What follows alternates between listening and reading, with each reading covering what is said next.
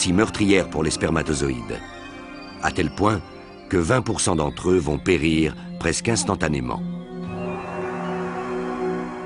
Beaucoup sont déformés, d'autres ont 2 flagelles. On estime qu'environ 40% des spermatozoïdes d'un homme en bonne santé ne pourront pas accomplir leur mission. Mais ceux qui sont robustes progressent et il n'y a qu'une seule issue qui passe par le col de l'utérus.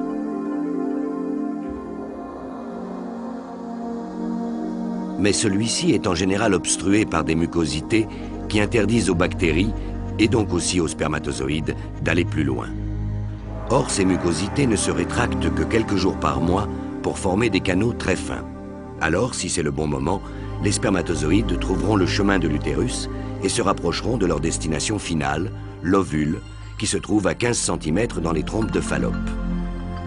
Mais c'est une énorme distance pour ces minuscules spermatozoïdes mesurant 0,06 de millimètre. Et seuls quelques milliers d'entre eux parviendront à l'utérus après avoir effectué 1000 mouvements ondulatoires avec leurs flagelles pour parcourir 1 seul centimètre.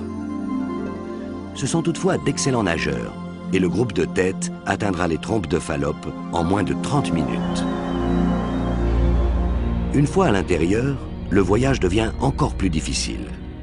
Les spermatozoïdes doivent maintenant nager contre le courant provoqué par les franges qui tentent de faire avancer l'ovule.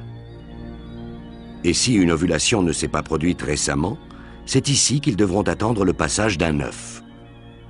Mais leur espérance de vie n'est que de 5 jours. Leur maturation s'est en effet poursuivie tout au long du voyage et ils sont maintenant prêts pour la conception.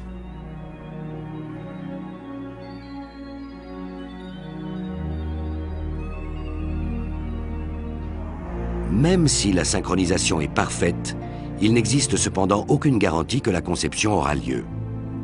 Parmi les millions de spermatozoïdes qui ont entamé ce voyage, seules quelques centaines vont atteindre l'œuf. Et le processus de sélection continue alors qu'ils nagent près de celui-ci. Les cellules nutritives forment une sorte de couronne autour de l'œuf que les spermatozoïdes vont devoir percer s'ils veulent aller plus loin. Certains restent bloqués contre l'œuf, qui est 85 000 fois plus grand qu'eux. Mais d'autres coopèrent avec énergie pour dissoudre les cellules à l'aide des enzymes spéciales qu'ils ont dans leur tête. Et quelques-uns seulement parmi les plus dynamiques parviendront enfin à destination, après un total de plus de 20 000 mouvements ondulatoires. Mais il reste encore un obstacle. La surface extérieure de l'œuf est dure, mais bien heureusement, elle sait reconnaître un spermatozoïde. Alors les protéines de l'œuf s'unissent avec celles du nouvel arrivant. La tête du spermatozoïde va maintenant subir une transformation radicale. Son capuchon commence à se briser et le spermatozoïde se fraye un chemin pour surmonter l'ultime obstacle important. Voilà le vainqueur terminant son parcours. Unique champion parmi 500 millions de spermatozoïdes.